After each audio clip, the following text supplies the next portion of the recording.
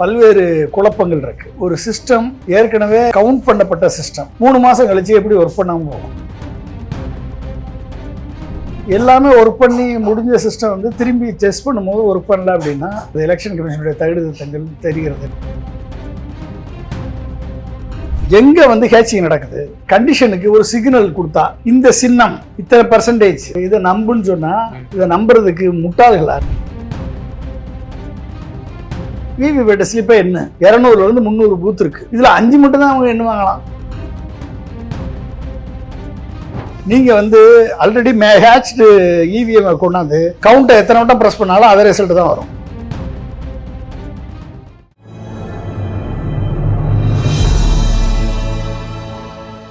தமிழ் நேயர்களுக்கு வணக்கம். இன்றைய சிறப்பு நேர்காணலில் நம்முடைய இருப்பவர் மேனாள் குடியரசுத் தலைவர் டாக்டர் ஏபிஜே அப்துல் கலாம் அவர்களுடைய அறிவியல் மற்றும் அரசியல் ஆலோசகர் டாக்டர் பொன்ராஜ் சார். டாக்டர் வணக்கம். வணக்கம்பா சார்.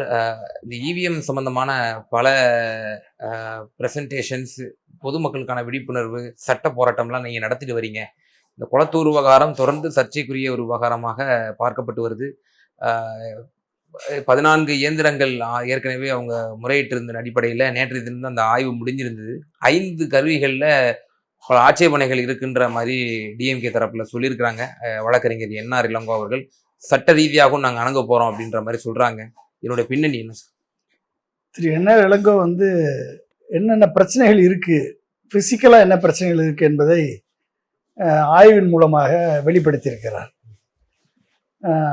சில இதில் வந்து சீலே இல்லாமல் இருக்கு, சில இதில் வந்து புது டேக் போட்டிருக்காங்க, நியூ டேக் இருக்கு, சில இது ஒர்க் பண்ண மாட்டேது, சில இது பாதியிலேயே நின்றுது, சில விவிபேட்டு பிரிண்டிங்கே ஒர்க் ஆகலை, சில இவிஎம் வந்து சில விவிபேட்டை ரெகக்னைஸ் பண்ண மாட்டேது கண்ட்ரோல் யூனிட்.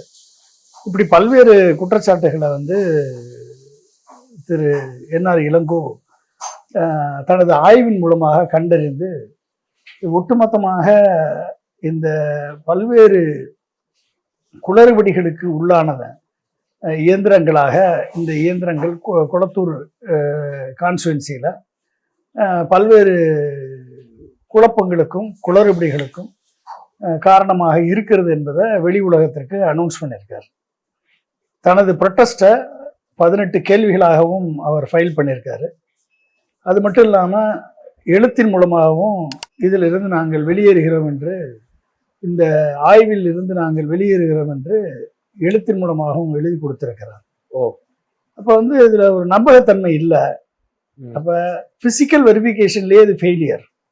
ஓகே, அப்புறம் எப்படி இன்டர்னல் வெரிஃபிகேஷனுக்கு போகிறது என்று அவர் ஒரு முடிவெடுத்திருக்கார்.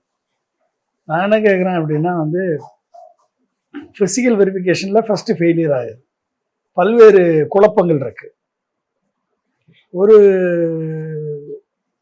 ஒரு சிஸ்டம் ஏற்கனவே கவுண்ட் பண்ணப்பட்ட சிஸ்டம், பேலட் யூனிட் டிப்ளாய் பண்ணி மக்கள் வாக்களித்து கவுண்டிங் ப்ராசஸ் வரைக்கும் வந்து கவுண்ட் பண்ணப்பட்ட சிஸ்டம் 3 மாசம் கழிச்சு எப்படி ஒர்க் பண்ணாம போகும்?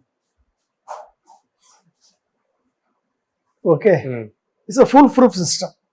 ஒரு சிஸ்டத்தை கொண்டு வரும்போதும் எத்தனையோ வந்து ரிடண்டன்ட் சிஸ்டத்தை வச்சுருக்காங்க. ஒர்க்கிங் டைமில் இது வந்து ஃபெயிலியர் ஆகுதுன்னா பரவாயில்ல.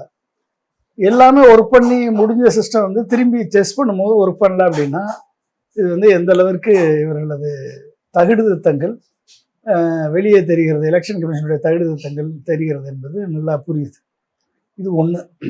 ரெண்டாவது, இதை தாண்டி அதாவது ஒரு நம்ம கேட்கறது ரொம்ப ரொம்ப சிம்பிள்.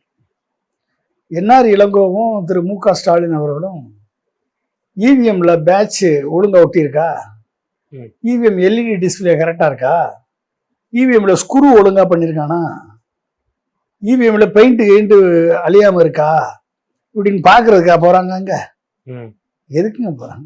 பதிவுபட்டிருக்கக்கூடிய வாக்குகள் முறையா பதிவாகி இருக்கா, அதுல அந்த வாக்குகள் வந்து நீ விவிபேட்ல இருக்கக்கூடிய ஸ்லிப்பை என்னன்னா நீ இவிஎம்ல ஸ்டோர் பண்ணக்கூடிய ரிசல்ட் எண்ணி 2 ஒண்ணா இருக்குன்னு காமிச்சா முடிஞ்சு போச்சு. இதை பண்றதுக்கு ஸ்ட்ரெயிட் ஃபார்வர்டு ஆன்சர். இதை பண்ண மாட்டேன்னு சொல்லிட்டு மூக்க சுத்தி வளைச்சு ப்ராசஸை டைவெர்ட் பண்ணி டெக்னிக்கல் ஃபெயிலியர் டெக்னிக்கலை வெரிஃபை பண்றதுக்கு என்ஆர் இளங்கோவும் திரு மு க ஸ்டாலினும் அவங்களுக்கு என்ன தேவை இருக்கு? உன் இவிஎம் மிஷின்ல பேட்ச் கிழிஞ்சிருக்கா, டேக் இருக்கா இல்லையா, இல்லை இவிஎம் மிஷின் ஒழுங்கா ஸ்டோர் பண்ணிருக்கியா இல்லையான்னு பாக்குறதுக்கு தான் வேலையா? வேற வேலை இல்லையா? என்ன யாரை ஏமாத்துறீங்க? Election commission. ஓகே, இதான் வேலையா? இல்ல இப்ப நடந்த ஆய்வு கூட இப்ப உங்களை போன்றவர்கள் வேற கோரிக்கைகள் வைக்கிறீங்க. நான் ஆக்சுவலா இன்னைக்கு இந்த 14 இயந்திரங்களுக்கும் நடந்தது ஒரு மார்க் டெஸ்ட்டை வச்சு, அந்த மார்க் டெஸ்ட் மூலியமா என்ன வாக்கு இயந்திரங்கள் சரியா ஃபங்க்ஷன் ஆகுதா அப்படிங்கறத மட்டும் தான் வந்து பாத்துருக்காங்களா இந்த இடைப்பட்ட நாட்கள்ல? மார்க் டெஸ்ட் ஏன் வைக்கணும்? மார்க் டெஸ்ட் தான் ஒன்றும் பண்ண மாட்டீங்களா? எல்லாம் பெர்ஃபெக்டா தானே ஒர்க் பண்ணும். மார்க் டெஸ்ட்ல நம்ம சொல்லக்கூடிய குற்றச்சாட்டுகளுடைய தன்மையை முதல்ல புரிஞ்சுக்கணும். எங்க வந்து ஹேக்கிங் நடக்குது? நான் ஹேக்கிங் சொல்லல. இவிஎம் ஹேக் பண்ண முடியாது, ஏன்னா ப்ளூடூத் இல்ல, வைஃபை கிடையாது, ரேடியோ ஃப்ரீக்வன்சி கிடையாது, எதுவும் கிடையாது. Independent machine. ஆனா சாஃப்ட்வேர் எழுதி உள்ள போடும்போதும் ஒரு டார்மண்ட் கண்டிஷனை நீங்க உள்ள போட்டீங்க அப்படின்னா இந்த கண்டிஷன் தூங்கிட்டே இருக்கும். அந்த கண்டிஷன் என்னவும் தூங்கிட்டே இருக்கும். நார்மலா இன்புட் கொடுத்தீங்கன்னா அந்த கண்டிஷன் ஒர்க் அவுட் ஆகாது, நார்மலா அவுட்புட் வந்துடும். எத்தனை பேருக்கு என்ன ஓட்டு போட்டீங்களோ அதே அவுட்புட் அப்படியே ஓட்டா வரும். ஆனா அந்த கண்டிஷனுக்கு ஒரு சிக்னல் கொடுத்தா, இந்த சின்னம் இத்தனை பெர்சன்டேஜ் விழுகிற ஓட்டுல இருந்து இத்தனை பெர்சன்டேஜ் அதிகமா விழுகணும்னு ஒரு சின்ன சிக்னலை கொடுத்தா அந்த டார்மன் கோடு ஆக்டிவேட் ஆகி நார்மல் கோடு ஃபெயிலியர் ஆகும், டார்மன் கோடு ஒர்க் ஆகும், ரிசல்ட் வேற மாதிரி மாறும். அவ்வளவுதான். இதுதான் நம்ம சொல்றோம். இது சிம்பிள் லோடிங் டைம்ல நடக்குதுன்னு சொல்றோம், குற்றச்சாட்டை சொல்றோம். ஏன் சொல்றோம்? பிகாஸ் நீ விவி பேட்டை என்ன பண்ற? விவி பேட்டை ஸ்லிப்பை என்ன? அது என்ன 5 பெட்டி தான் என்ன வேண்ட? ஒரு கான்ஸ்டியூன்சிக்கு 250 பெட்டி, 250 இவிஎம் இருக்கு, 250 பூத் இருக்கு, 200 இருந்து 300 பூத் இருக்கு. இதுல 5 மட்டும் தான் அவங்க எண்ணுவாங்களாம். அது என்ன அர்த்தம்? புரிஞ்சுட்டீங்களா? அப்ப என்ன அர்த்தம்னா தெர்மல் பிரிண்ட் தான் வைப்பாங்களாம். நீ 7 நாளைக்குள்ள நீ கம்ப்ளைண்ட் ரைஸ் பண்ணணும். ஆனா 7 நாளுக்குள்ள ரைஸ் பண்ண கம்ப்ளைண்ட்டுக்கு நீ 3 மாசம் கழிச்சு தான் வந்து வெரிஃபை பண்ண வருவ. 3 மாசத்துக்குள்ள தெர்மல் பிரிண்ட் விட்டு அழிஞ்சு போகும், ட்ரேஸ் இருக்காது, விவிபேட்டை என்ன முடியாது அப்படின்னு சொல்லிடுவ. சிசிடிவி 45 நாள்ல போயிடும். அப்ப நீ 7 நாளைக்குள்ள நீ வந்து கம்ப்ளைண்ட் பண்ணணும்னு ஒரு ஸ்டிப்புலேஷனை போட்டு சட்டப்படி லாக் பண்ணிட்டு 3 மாசம் கழிச்சு தான் என்னவேன்றதுக்கு அதுக்கு மட்டும் ஸ்டிப்புலேஷன் போட மாட்டேன் அப்படின்னா நீ யாரை ஏமாத்துற? Election commission. சொல்லுங்க. அப்ப நீ எல்லாம் பண்றது அத்தனையுமே வந்து fraud, technical fraud, okay, cheating. இதை பண்ணிக்கிட்டு நீ வந்து இதை நம்புன்னு சொன்னா இதை நம்புறதுக்கு முட்டாள்களா? Election commission of India various கேசஸ்ல வந்து அவங்க விளக்கமும் கொடுத்துருக்காங்க. ஏன் இந்த 45 நாட்கள்ல நாங்க சிசிடிவியை ஆஃப் பண்றோம், அதாவது தர மாட்டேங்கிறோம், அதெல்லாம் அது சம்பந்தமான விளக்கங்கள்லாம் கொடுத்துருக்காங்க. ஃபார் எக்ஸாம்பிள், ராகுல் காந்தி கூட ஒரு தொகுதியில ஒரு மேற்கோள் காட்டும் பொழுது election commission of India supreme court கொடுத்த அஃபிடவிட்ல பெண்களுடைய பாதுகாப்பு கருதி நாங்க வந்து சிசிடிவி காட்சியில வெளியிட மாட்டோம்னு கூட அவங்க சொன்னாங்க. பெண்கள் வந்து ஓட்டு போடுவாங்க வாக்குச்சாவடிக்கு வந்து. ஏன் வந்து வாக்குச்சாவடிக்கு ஓட்டு தானே போட வர்றாங்க, ஓட்டு தானே போட வந்திருக்காங்க. வேற என்ன பிரச்சனை அதுல? வேற என்ன பிரச்சனை அதுல இருக்கு? வேற என்ன செக்யூரிட்டி பிரச்சனை இருக்கு? வேற என்ன பாதுகாப்பு பிரச்சனை இருக்காது? எதோட கம்பேர் பண்ணு விவசாய வேணாமா?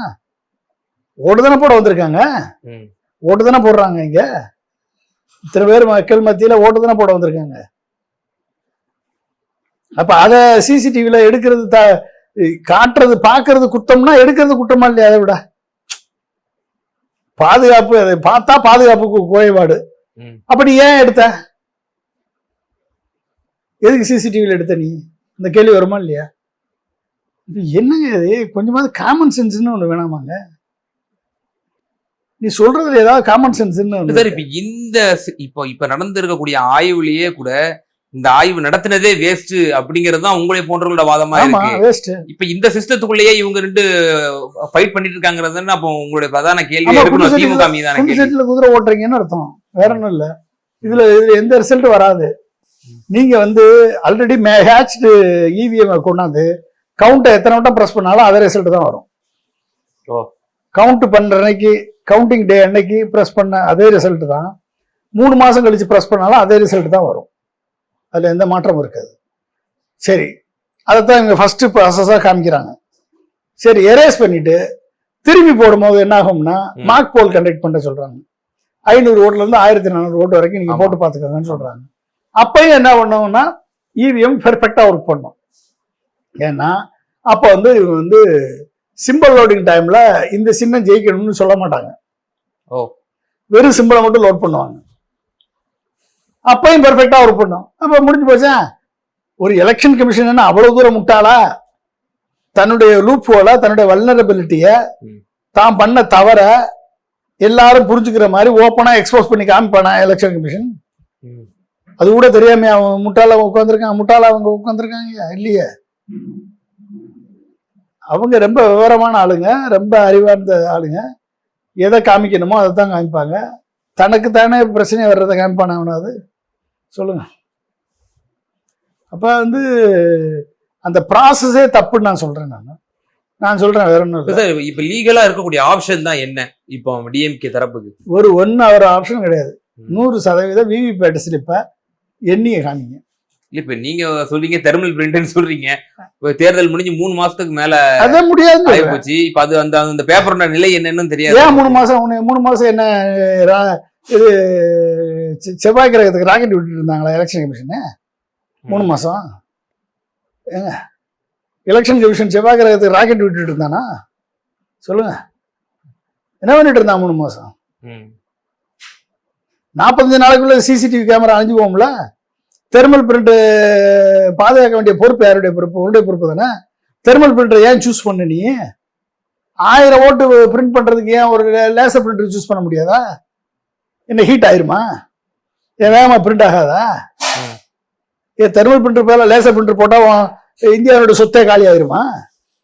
யாரை ஏமாத்துறீங்க நீங்க? 7 செகண்ட் தான் வந்து நீ காமிக்கிற, அது கூட ஓகே. அந்த விழுகிற சிலிப்பை நான் ஓட்டு போட்ட நான் எடுத்து பார்த்து இந்த ஓட்டு தான் நான் போட்ட ஓட்டுன்னு செக் பண்ணிட்டு அதை மடிச்சு அப்படியே தூக்கி நான் வந்து ஒரு பேலட் பேக்ஸ்ல போட்டா என்ன பிரச்சனை உனக்கு? அதை எண்ணுனா என்ன பிரச்சனை உனக்கு? அதை எண்ணு, இவிஎம் எண்ணு, ரெண்டையும் டேலி பண்ணி காமி, முடிஞ்சு போச்சு. இந்த சந்தேகமா வராதுல்ல. நீ சாஃப்ட்வேர்ல என்ன வேணாலும் பண்ணிட்டு போ. இது டேலி ஆச்சுன்னா எங்களுக்கு நாங்க சந்தேகப்பட மாட்டோம்ல. நான் போட்ட ஓட்டு இந்த கட்சிக்கு தான் போட்டிருக்கேன்னு நான் பாட்டுல திருப்தியா போயிடுவேன்ல. நீ அதை எது கேட்கிறோமோ அதை மட்டும் பண்ண மாட்ட. அப்ப என்ன அர்த்தம்? நீங்க வந்து அங்க வந்து மேனிபுலேட் பண்றீங்கன்னு அர்த்தம். ஓகே. நீங்க அங்க வந்து ஹேச்சிங் பண்றீங்கன்னு அர்த்தம். நீங்க அங்க வந்து ரூலிங் கவர்மெண்ட்டுக்கு ஆதரவா எலெக்ஷன் கமிஷன் இருக்குன்னு அர்த்தம். யாரை வந்து ஜெயிக்க வைக்கணும்னு நினைக்கிறாங்களோ அவங்களுக்கு ஒரு பெர்செப்ஷனை கிரியேட் பண்ணிட்டா போதும். மக்கள் மத்தியில நம்ம அவங்கள ஜெயிக்க வச்சிடலாம். இதுதான் சிம்பிள் லாஜிக். இந்த லாஜிக்கை கூட புரியாத அளவுக்கு மக்கள் இருக்காங்க அப்படின்னா நம்ம என்னத்தை சொல்ல முடியும்? இது போல பல வழக்குகள் பல தொகுதிகளில் இந்தியா முழுக்க சுப்ரீம் கோர்ட்ல நிலுவையில் இருக்கு. ஆனால் அதனோட நிலையெல்லாம் நம்ம கடந்த காலத்துல ட்ராக் ரெக்கார்டும் இருக்கு, நம்ம பார்த்துருக்குறோம். Supreme court election commission of இந்தியாவுக்கு அகெயின்ஸ்டான எந்த ஒரு பெரிதான உத்தரவுகளையும் அவங்க வந்து பிறப்பிக்கலை இதுவரையும். இன்னும் சொல்லப்போனால் எதிர்கட்சிகளுக்கு கடும் எதிராகத்தான் அவங்களுடைய வழக்குகளும் தீர்ப்புகளும் நம்ம பார்த்துருக்கோம். எலெக்ஷன் கமிஷனர் ஆஃப் இந்தியா அவனுடைய அந்த நியமனம் சம்பந்தமான வழக்குகள்லையும் சரி, விவிபேட் விவகாரத்துலையும் சரி. அப்போ இப்போ டிஎம்கே இப்போ சுப்ரீம் கோர்ட்டை நாங்கள் நாட போகிறோம் அப்படின்னு அவங்க வந்து லீகல் ஃபைட்டுக்கு போனாலும் அவங்களுக்கு நியாயம் கிடைக்குமாங்கிற ஒரு $1 பில்லியன் கிடைக்கிறதுக்கு வாய்ப்பு இல்லை. மக்கள் போராட்டம் ஒன்றுதான் வழி. வாக்குரிமை மீட்டெடுக்க வேண்டும் என்று சொன்னால் ஈவிஎம்ஐ ஒழிக்கணும். வாக்குச்சீட்டை வழி, வேற வழி கிடையாது. அப்ப நீ வாக்குச்சீட்டை கொண்டு வான்னு நம்ம சொல்றோம். ஐயா வாக்குச்சீட்டு, திரும்பி வாக்குச்சீட்டுக்கா அப்படின்னு கத்துவான். அப்ப நான் சொல்றதை படி 100% விவிபேட்டை என்ன தெர்மல் பிரிண்டர் தூக்கி போடு, லேசர் பிரிண்டர் போடு, ஓட்டு போட்டவனுக்கு பிரிண்ட் அவுட் எடுத்து அந்த கையில் எடுத்து பெட்டியில் போட சொல்லு, அதை எண்ணி காமி, உன் இவிஎம்ஏ எண்ணி காமி, ஓகே, வாக்கு எண்ணி காமி, ரெண்டையும் மேட்ச் பண்ணி காமி, முடிஞ்சு போச்சு, நான் நம்பிட்டு போகிறேன்.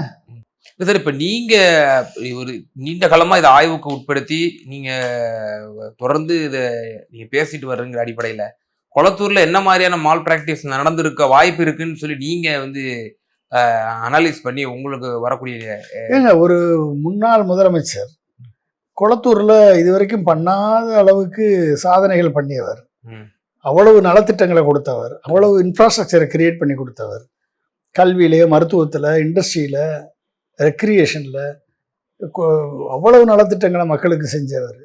ஒரு சுற்றுல கூட முன்னால வரல, ஒரு சுற்றுல கூட முன்னால வரல. சில சுற்றுகள்ல முன்னணி நிலவரத்துல வந்து அந்த என்னத்த வந்தாரு, அஹெடா இருந்தாரு சில சுற்றுகள்ல, பிறகு அவருக்கு தொடர் பின்னாடி போயிடுச்சு, தொடர்பு போயிடுச்சு. இல்லது எப்படி போச்சு, எப்படி போச்சு சார்? வாரணாசியில பிரதமர் மோடியே பின்னாடி வந்தாரு, திரும்பி முன்னால வந்துட்டார்ல, திரும்பி முன்னால வந்தாரா இல்லையா?